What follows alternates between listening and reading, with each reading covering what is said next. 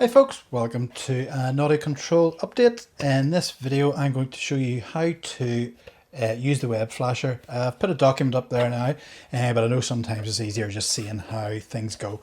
Okay, so you should have your Nauti-Control box, which looks like this as the current version. It's just a wee slide cover at the side. PCB slides out. And you will see the USB. So that's a micro USB in most cases. It might be USB-C for some of the early ones, but it's micro USB cable like so.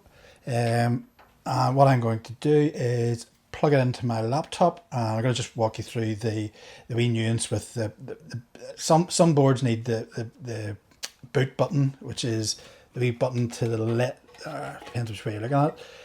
To the starboard side, to the right here of the USB port. So whenever you're flashing, so whenever you hit flash, you basically just hold that for a couple of seconds, but I'll show that coming up here now. So plug this in, see how well I can do one hand here. So we're just plugging into the USB port, nothing crazy, and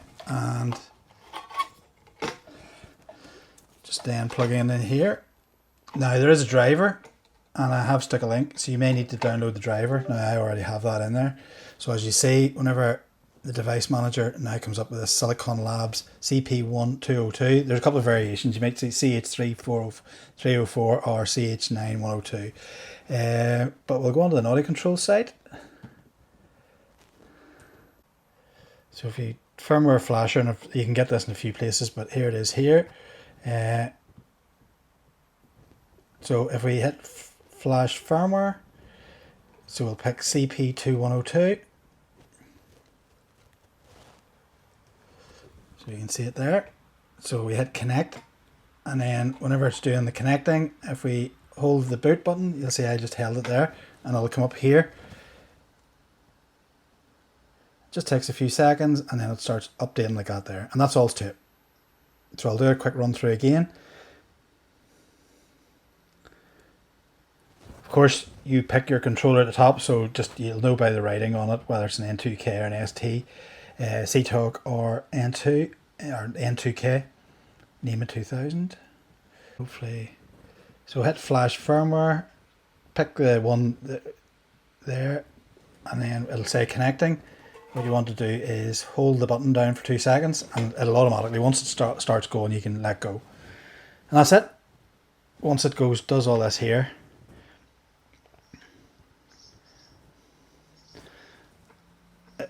The only thing then is if you don't see, if it comes up on unknown devices, you'll need to follow instructions to install the driver. That'll be the hardest thing you have to do.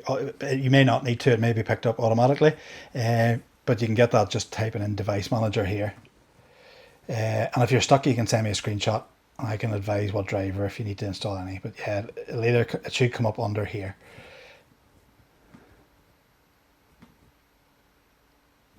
And that's it. So that's all to it. So that's it. So that's the web flasher. Hopefully it's a wee bit easier than the previous version. We had to download software and things like that, and it only worked on Windows. That works on Linux and Mac, although Windows is still easier. I know Linux you have to sometimes you can have security issues and things like that there. But again, it's very simple. Just slide it out. USB is just at the bottom of this board here, and then whenever you're done, slide it back in, as you've probably been doing anyway, and put the connector on. If you have an N2K, it's exactly the same thing. You'll have the same end and it'll slide out. Just watch the cable when it goes back in. I'm hoping this is the last time you need to actually use a cable. At least in minor versions, the over-the-air update will allow you just to actually take a file and upload it. So you'll be able to do it on your mobile phone without actually having to take your whole boat apart to get at it, which I do apologise.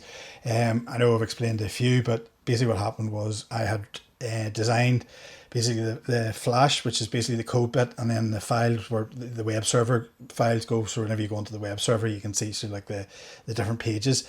However, the code ran out of space, so I had to make it bigger, which then obviously you have to start from the partition again, because whenever you're uploading the flash, it actually just overwrites those sections and expects them to be a fixed size. So yes, apologies, but hopefully that gets you sorted, and going forward it'll be a lot easier. And if you have any problems, send an email to admin@nauti-control.com. All right, thanks for watching. Hopefully that gets you sorted. See you all again soon. Cheers. Bye.